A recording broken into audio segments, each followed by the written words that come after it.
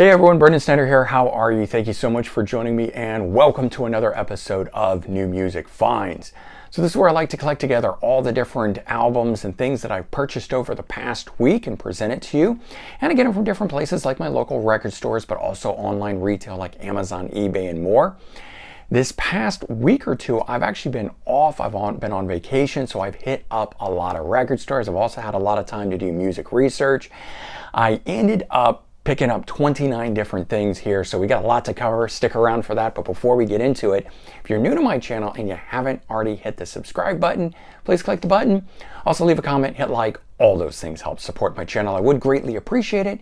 And of course, as an added bonus, by subscribing, you'll be able to stay up to date on all that's going on in the world of music, just like this, with another episode of New Music Finds.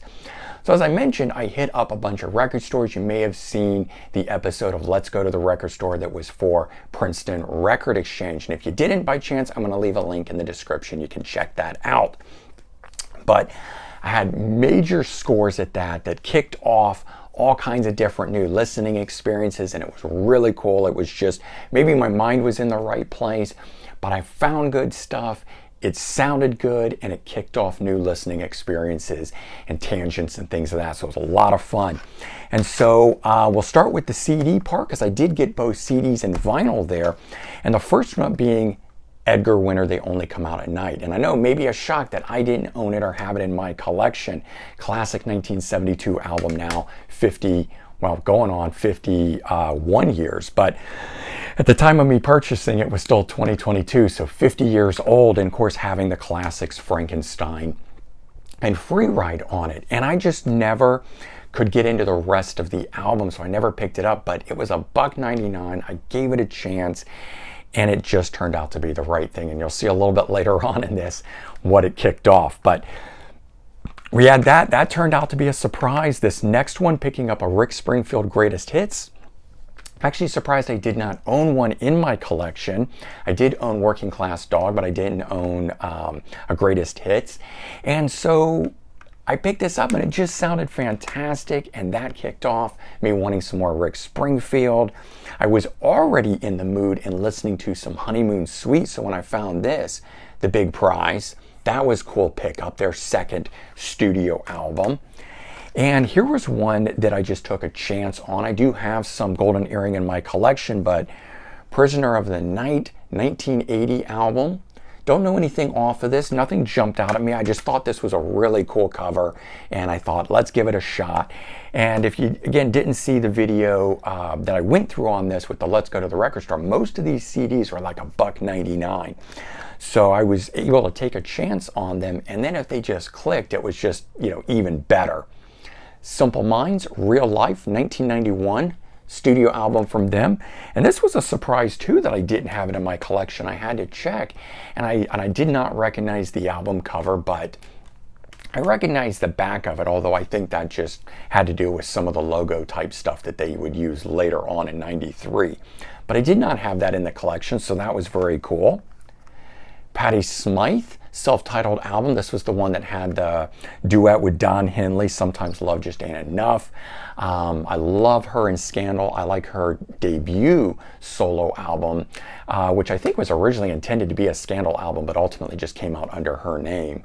And then later this. And kind of cool how she had a little bit of success in every one of those releases. And then we've got Aerosmith, big 10-inch. This was a promo-only disc that was done for the box set, Pandora's Box, similar to what came out as the single disc edition of this later on, Pandora's Toys, but I think that has a few extra. And this one's got a few different ones that are on it, but what I liked about this is it did put a bunch of the unreleased sort of bonus cuts on here. So just making it a little bit different. It kicks off with Helter Skelter, and that was a single that was released to promote this that was unreleased at the time, or maybe it was a B-side. And it's got the hits, and it's got some other cool stuff on it. Just kind of cool to have in the collection. This is one I talked about. I thought maybe this was going to be pretty cool, and it turned out to not really be anything I'm interested in, but Rubaiyat. And this was done as a 40th anniversary of Elektra Records back in like 1990 or 91, somewhere around there. And this is called Plunderphonics. And apparently they plan to do more of this type stuff, but they took samples of songs. So this one has a song by The Doors, Metallica, Tim Buckley, Carly Simon, and Faster Pussycat, and then MC5. And they edited together little samples of everything. And then some cases, they took the cover songs that were done on the Rubaiyat. So like The Cure did a cover of The Doors, and that went on there. And Faster Pussycat did a cover of Carly Simon, and that went on there. And so they edited all those things together. But in the end, it just sounded really weird and haphazard. So it turned out to not be a good score, but that's a promo only type thing. And again, glad to have it in the collection. And we'll see, maybe somewhere down the road, it'll be more of a curio than the weirdity that it is right now. Here's one that turned out to be really cool. So we're moving into the records, still stuff that I got from Princeton Record Exchange. Papa John Creech, Invasion. 1978 album, solo album. Papa John Creech was fiddle player for, the Jefferson Airplane, and he also played with Grateful Dead and other people like that and made solo albums and things of that nature. And I only knew him through the Airplane, but again, I thought it'd just be a fun, curiosity to check out, and it turned out to be really good. And then I got a Spencer Davis solo album, of course, from Spencer Davis Group, that had Steve Winwood fronting the band. This is an album called Mousetrap. And this one did not end up clicking with me the way that I had hoped that it would, but doesn't mean that it won't sometime down the road. And I picked up a couple albums that I've seen as reissues from Rock Candy Records, Face to Face, this one here, and Photomaker. And so I have not dug into those just yet, saving those for when I'm really in the mood for that. But I was, again, glad to get a hold of those. I know those are worth something because I've always enjoyed everything that Rock Candy Records puts out. You got Billy Thorpe, Stimulation, and Billy Thorpe played in Mick Fleetwood's Zoo. I think he did other things too, and of course he had his own solo albums. This one turned out to be really good. I very much enjoyed this one. And I took a chance on this, a group called Taxi Expose, or Expose, I think is how you say that. And it just looked like a cool album kind of thing, and I decided to give it a chance. I also saw that some additional musicians on here were Randy Jackson and Danny Chauncey. So I thought, hey, if they're playing on here, it's probably worth something. That was very good. And then this one here, I just thought was pretty cool. Rubicon, and it's got, I know for sure, and again, I probably should have looked into this before doing this. We got Jack Blades of Night Ranger, but I think we got two guys from Night Ranger on here. It doesn't say on the back of it, but that's why I added that. It's not really musical style, certainly not at all like Night Ranger, but it's not really a musical style even that I enjoy, but I wanted to have it in the collection. Now, I mentioned at the beginning of that having found the Edgar Winter and what that did. So as you're going to see here, it kicked off a whole thing with Edgar Winter stuff. This is a trip to Sound Exchange, and I found all these great out-of-print albums there. So Edgar Winter's White Trash, that's the debut. This was the one that they did a number of years after that. They did the debut here, this one, and they did a live album called Roadwork, and then a few years later, they finally came back together and did this, Recycled. And this is a Wounded Bird reissue, which is pretty cool.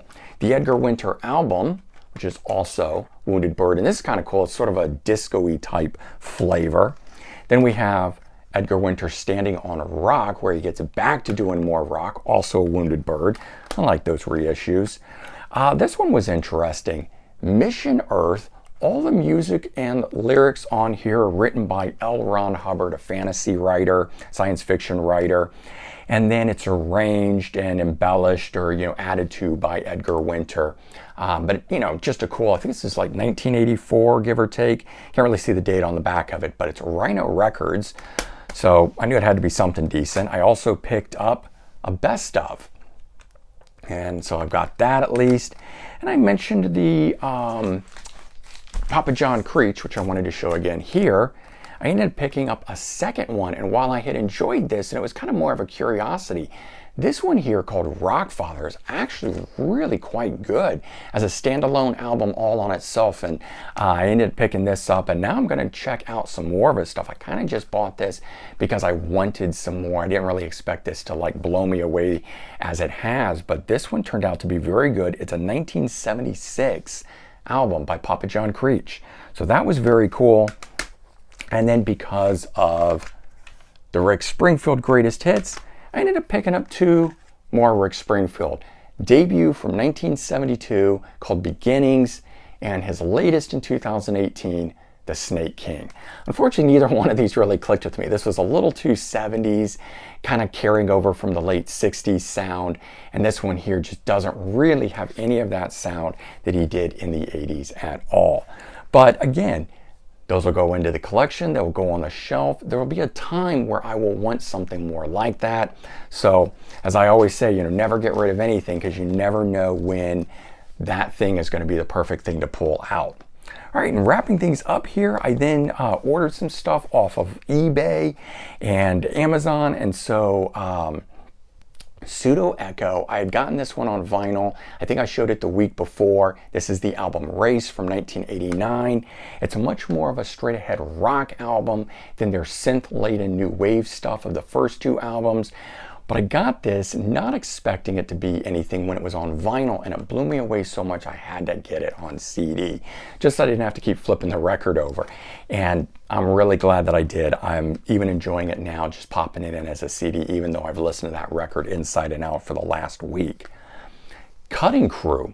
And this one here is called The Scattering. It's the follow-up to their debut album that had, and I forget the name of the song, I Just Died in Your Arms Last Night, I think is the name of it. But this one here I actually like a little bit better than that. And then carrying on with the Rick Springfield thing, I did get this one, Living in Oz. It literally just came, so I haven't opened it. I added it in to the collection to show you guys. Rock Candy Records reissue. I'm hoping that one's going to be better than those two other ones I picked up. I'd gotten the Honeymoon Suite, the Big Prize, and so I picked this one up, another one that I did not have, one of their later ones called Monsters Under the Bed. It's also Rock Candy Records reissue. And then with all of the Edgar Winter stuff, and that Rick Derringer playing on some of that stuff, I picked up a collection of his solo albums. It's got 4 of these in here. This box set's a cool little clamshell style one like this, and has a booklet here, and then it's got the albums themselves in the individual sleeves. And so this has All American Boy, his debut solo album, and then it's got the follow-up Spring Fever, then Guitars and Women, and Face to Face, and that goes in and around the Derringer period, which I have that box set, so it's nice to get the second box set in this series and be able to put these together now. But just cool to have the time off to go to the record stores, then to have the music click the way that it did, and a chance to go back to other record stores to flesh out more by those artists that I really enjoyed. So 29 different things here. I really enjoyed my time off. Unfortunately, now I've got to go back to work like you guys and stuff, but hey, we always have music forever. All right, everyone, take care, have a good one, and I'll talk to you soon. Bye-bye.